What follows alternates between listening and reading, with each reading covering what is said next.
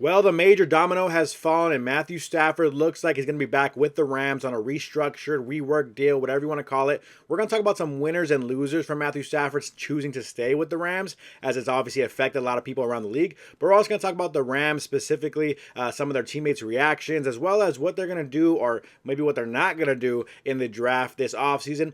All on today's episode of the Rams Digest. Remember, if you guys are not subscribed to the channel, do me a favor, press that subscribe button now, as 71.9% of you guys are roughly around there are watching the videos, but you're not subscribed to the channel. Do me a favor, press that subscribe button now so you don't miss any daily Rams content here at the Rams Digest. First things first, I did want to kind of get into this quick little story or non-story, if you will. Steve Avila, I wanted to get his quick. Obviously, I can't do the full video on here, but it's a funny reaction to Matthew Stafford. If you can't tell, this gentleman here is very obviously dancing and going kind of intensely dancing, crazy dancing, if you will. If you guys don't follow Steve Avila on X or Twitter, whatever you want to call it, go check it out. Go check out his tweet, or just look up on social media or Google Steve Avila's reaction to Matthew Stafford returning to the Rams. Pretty funny. Puka Nacua as well. Pretty hyped to see Matthew Stafford, his quarterback, return to the Rams. He's excited about that. He was posting from the airport. I think he was missing his flight, he said, in Utah, so he had a funny reaction as well. So overall, Rams, I think most people in the Rams organization, the players themselves, obviously the quarterback is the leader of the team, and so very, very happy to see their leader back with the team this season after, a rough couple weeks, right? We thought maybe it was a real possibility that Stafford was going to play elsewhere this year. But the biggest thing about Matthew Stafford returning to the Rams is really the winners and the losers of him returning. And what I mean by that is, obviously this affected a lot of teams, not just the Rams, not just Matthew Stafford, which we'll talk about that effect in a second, but specifically it affected the other free agent quarterbacks, where certain quarterbacks were going to go. I mean, we kind of were seeing some interesting videos of Aaron Rodgers and him coming out, working out in California, saying, hey, I'm here enjoying the sun. Could be alluding to not just the Southern California and Los Angeles Rams, but maybe the San Francisco 49ers looking at him. I'm not saying that's what's going to happen, but just maybe something that he was kind of entertaining in general playing in California, but now it kind of has affected Aaron Rodgers' future, right? So a lot of different quarterbacks in play, a lot of different players and teams in play in terms of now that Stafford's going to stay with the Rams, a lot of dominoes falling around that situation. And we'll talk about the first one, of course, I think being the most obvious, and we'll kind of just skip through this little screenshot here. As both the Rams and Matthew Stafford, in their own right, are both winners in this situation. Very clearly, I think the Rams and the Matthew Stafford side of things are really, winners, because they both know that this is their best place to win, their best opportunity to win, their best opportunity to succeed on the football field. The Rams themselves as well, if you don't have Matthew Stafford at quarterback, maybe you don't win as many games.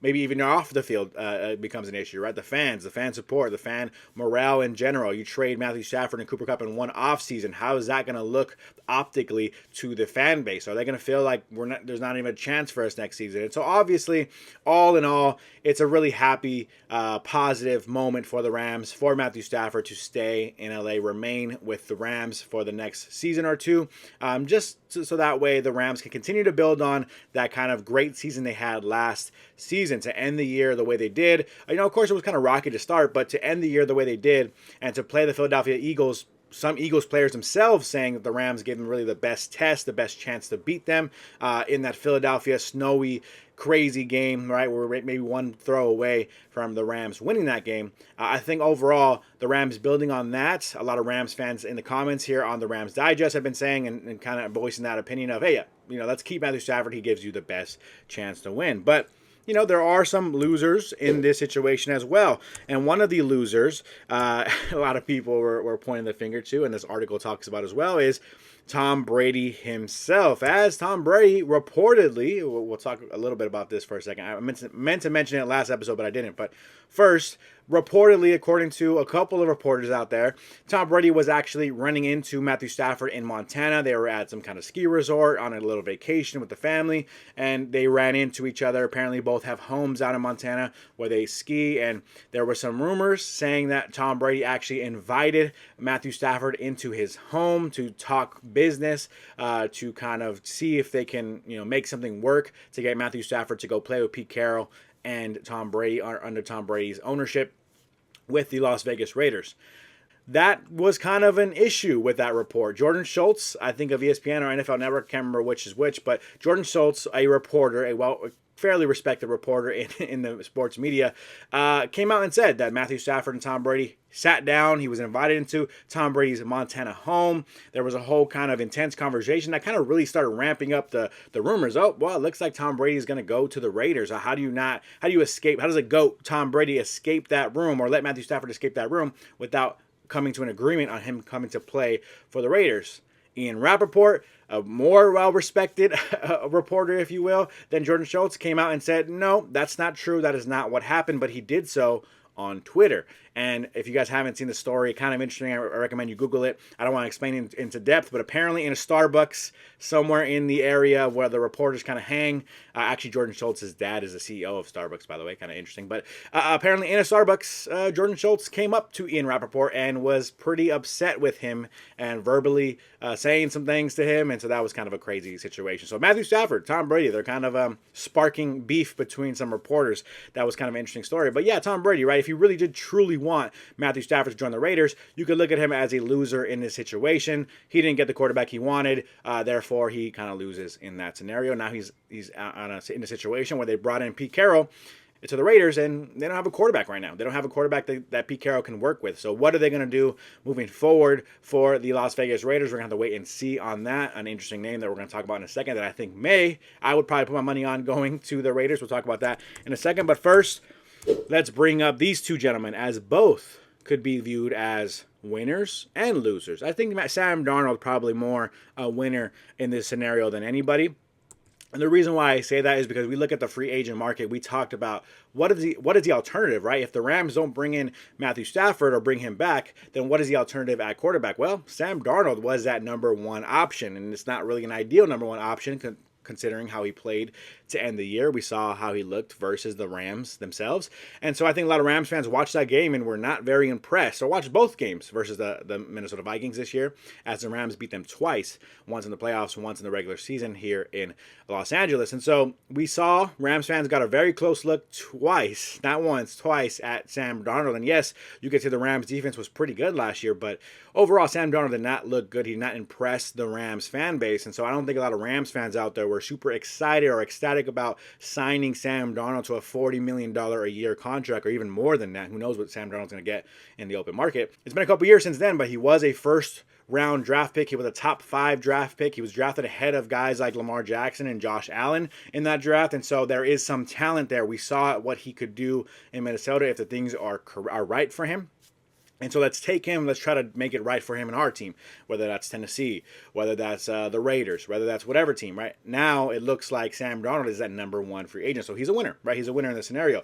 Aaron Rodgers, on the other hand, a little bit of a winner because he also becomes the forefront of like anyone who's interested in a veteran quarterback. The Raiders, the Giants, right? The Steelers. You're now going to look towards Aaron Rodgers as, hey, we want a veteran. Let's go get Aaron Rodgers. He's probably that next best future Hall of Fame quarterback, legend. May even come along with a pairing of Davante Adams if they can make a way to work to stay together. That's also another thing that could be very intriguing to some teams. Now, I don't know how many people are expecting that to succeed, Aaron Rodgers and Davante Adams in any situation, but at this point in time, Aaron Rodgers at least is one of the best options for most teams if you're looking for a veteran quarterback, but also if you're Aaron Rodgers, you kind of wanted, as he said himself, Matthew Stafford to play elsewhere so you can come to LA, bring Davante Adams over with Puka Nacua and play in Los Angeles under Sean McVay. That was kind of the goal for Rodgers. So he loses in that sense, but he wins in the business side of things. He still is one of the top targets in free agency moving forward. Next to talk about on this list, both teams, the New York Giants and the Pittsburgh Steelers. Winners, losers. I think both are losers in this situation. Now, speaking of Russell, first of all, speaking of both of these quarterbacks, right? Obviously, we know now that Daniel Jones is a free agent, and he's probably not going to be on a team at this point in time in the offseason. Not that he's not going to be on a team, but at this point in time, he's a free agent, right? We're kind of waiting to see what happens with that. But the truth is he's not with the Giants. We've known that for a few months now. So the Giants, right, they're looking for a quarterback. They don't have Daniel Jones anymore. They're looking for a quarterback. Who are they going to sign? It's no longer going to be a trade for Matthew Stafford, so who can they get? Are they going to get Aaron Rodgers? yikes, that's kind of a loss for them, right? Kind of a scary, rocky situation for the Giants if you're going to rely on Aaron Rodgers and what he's putting up there right now in terms of stats on the field. And then Russell Wilson on the other side, in himself, he may be a winner because now he has an opportunity to probably go play under Pete Carroll in Vegas. That'd be kind of my prediction, my bet, if I was going to bet any money on that situation, because I think that would make sense. Russell Wilson and Pete Carroll have a relationship. They seem to like each other. Yes, there were some issues in Seattle, but they seem like they could probably make a relationship work in Vegas. And then the Steelers themselves, they are now again on the search for a quarterback. I wouldn't be surprised if they just went ahead and kept Justin Fields to be their future quarterback. But if you saw a team that saw Justin Fields every day at practice, saw him back up Russell Wilson every single day, saw them win games, he saw Justin Fields win games in Pittsburgh for them, if they don't sign him, that's kind of a scary sign for what Justin Fields and his future of his career looks like. So the Steelers right now, right up in the air in terms of quarterback, they are also a loser in the Matthew Stafford situation. So that's kind of where it stands for all of those guys, winners and losers in that situation. When we're talking about Matthew Stafford signing and staying in LA, really a lot of teams affected, a lot of quarterbacks affected in the situation overall altogether. Moving on from all of that though, draft non-needs. Let's talk about the things that the Rams don't need in the draft. I know it's kind of an interesting way to put it, but it's just a story that I think I found kind of intriguing, right? When we're talking about the Rams draft class and what they're looking at, what can they kind of move on from, bypass, if you will, in terms of the 2025 offseason when you're bringing in players. And we could just pull this aside here and actually talk about it for a second. As a couple of kind of pointers here, I want to make sure we point out. Special teams, of course, we already know, Ethan Evans, you have your punter right on the roster. He's probably going to be your guy, Pro Bowler, or should have been Pro Bowler maybe. Probably going to be your guy for the next few years. You also have an undrafted rookie, Alex Ward, as your long snapper, but he was good enough, right? Did his thing, no real issues there. You also have your Stanford kicker, Joshua Carty, who had a pretty good season overall. Yes, he had a rocky start, but overall had a pretty good season. I think he almost broke the rookie record for the Rams in terms of most kicks or most field goals made in a regular rookie season. Also, running backs. You're kind of good there, right? You got Kyren Williams, you got Blake Corum. Yes, I think you want another running back at some point. Maybe like a Bo Scatterbo. I don't know where he's going to go in the draft, but like a guy that you think could be a future star who may not be a super highly touted draft pick. If we're looking at the second, third, fourth round, I think you could find a running back that'll possibly be your future guy. Not to say Blake Corum can't do it, but he's a smaller running back that I don't know if he can ever be a workhorse for you. And so we'll have to see with that. But overall, I think right now next season, you know what the running back room is going to look like when you're talking about Kyren Williams and Blake Corum being those two guys, even Ronnie Rivers, right, potentially coming back and kind of just being that third running back option for you. Pass rush. We're not really in need of pass rush, right? You kind of have plenty of pass rushes right now. We're talking about Jared Verse. We're talking about the likes of Braden Fisk. We're talking about the likes of Byron Young. You're good in terms of pass rush. I think you're okay there. We talked about the defensive line and maybe adding a big defensive tackle alongside Kobe Turner that could help slow the run. That's probably something you may need. But in terms of pass rush, plenty of pass rushes there right now for the Rams. Not something you really need, a dire need right now for the Rams. You can never have enough pass rush, but the Rams have enough in terms of not making that a need for them at the moment. Interior offensive line is also something that I think they're kind of good at, right? Kevin Dotson, Steve Avila, even Bo Limmer, right? Yes, there was some mistakes, and last year Bo Limmer was kind of maybe one of the reasons why the Rams didn't move on. No offense to Bo Limmer, but not really the best of pass blocking on the last possession we saw him in Philadelphia. But overall, right, Bo Limmer was a pretty impressive rookie at the center position. So overall, I think interior offensive line, they're okay, actually to a point where Jonah Jackson as their backup offensive lineman may actually want to get traded. He has been given permission actually from the Rams to seek a trade, so he can kind of go find another place where he may start for another team. That's probably an interesting scenario to keep an eye on as well. But the Rams could probably draft some depth in terms of interior offensive line. But Dotson, Avila, and Bo Limmer seems to be the locks at the starting positions for the interior of the offensive line. So, overall, I think the Rams could look at those pieces as kind of their keys to avoid in terms of what they want in the draft, in terms of high draft picks, especially their first few picks in the draft. You can avoid an interior offensive lineman. You can avoid a running back, some special teams guys. Those are all positions you can kind of move on from and not even trying to kind of worry about, unless, best player available, of course. I think if you see a guy who could be an all-star guard or an all-star center and Pro Bowl center, maybe, but I really highly doubt that would be something on the table for the Rams in the draft. Last but not least, trivia of the day. Let's get into it quickly as I've been talking and yapping around for about 15 minutes or so already. So let's go ahead and move on to this really quickly. For those who have never played our trivia of the day, I give a trivia to the people who are watching the videos. You give your guess before I give some multiple choice options. If you're correct, I'll give you a shout out on the next episode. So if you guys want to get shouted out on the next episode of the Rams Digest, go ahead and play along with the next trivia question. But this is reviewing last episode's trivia question of the day. What NFL defensive end later became a TV detective named Hunter in his own primetime series? That was a trivia of the day last time. The multiple choice options were, was it Fred Dryer? Was it Fred Williamson? Was it Howie Long? Or was it Ed Marinaro? The answer was given to us by a couple of guesses here. We had Richard Brooks saying A, Fred Dryer, and we had RLM saying Fred Dwyer as well. Although it's Fred Dryer, but you know, spelled it wrong, but it's all good. It's all good. I get it. Quick little typo, no big deal.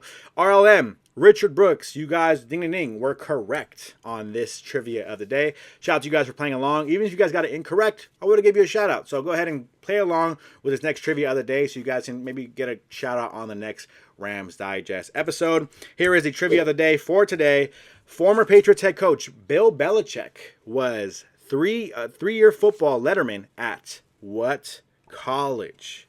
I'll give you guys a couple seconds to maybe give your guesses here. Yes, was it A, Colgate College? Was it B, Wesleyan College? Was it C, Georgetown? Or was it D, Brown? Give your guesses down below in the comments with those multiple choice options.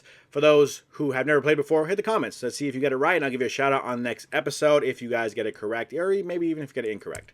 Overall, that's going to do it for me on today's episode of the Rams Digest. Remember to subscribe to the channel if you guys are not subscribed already. That's going to do it for me on today's episode. I'm your host, Joshua Giron, and I am out.